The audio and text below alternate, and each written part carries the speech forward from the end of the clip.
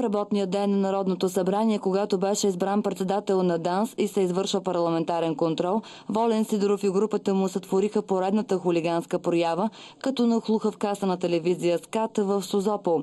Правим разследване. Искам да ви питаме, защо разпространявате незаконна телевизия? Имате незаконни кабелни трасета. Знаете ли, че предлагате незаконни услуги? Моля ви, не ме снимайте. Не можете да влизате вътре. Аз съм в офиса, но е затворено. Прибирате пари незаконно от хора, не е вярно. Моля ви. От 2006 година трасетата на юг от Бургас са незаконни. Не можете така да ме притеснявате, моля ви, напуснете. Ама не е затворено. Правя разследване за Комисията по корупция.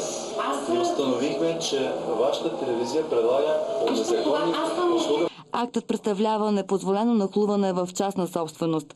Касиерката едва е успяла да заключи вратата и да се обади в полицията.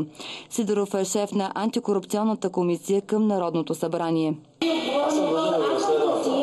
Аз съм касиер, разбирате ли? Комисия по корупция. Разследвам сигнали. Много ви моля. Вие сте касиер, прибирате черни пари, незаконни пари. За работно време съм, много ви моля. Мария, разкажи ни как се чувстваш след инцидента. Страшно съм оплашена, треперя цялата. Много ме е страх. Направо беше шок за мене. Не съм очаквала. Все още треперя.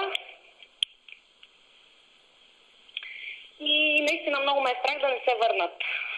Защото беше Волен Сидеров с 3-4 здравеняци около него.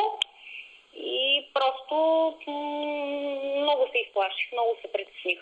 Това е поредната хулиганска проява на лидера на Атака Волен Сидеров, който в същото време е шеф и на антикорупционната комисия към Народното събрание.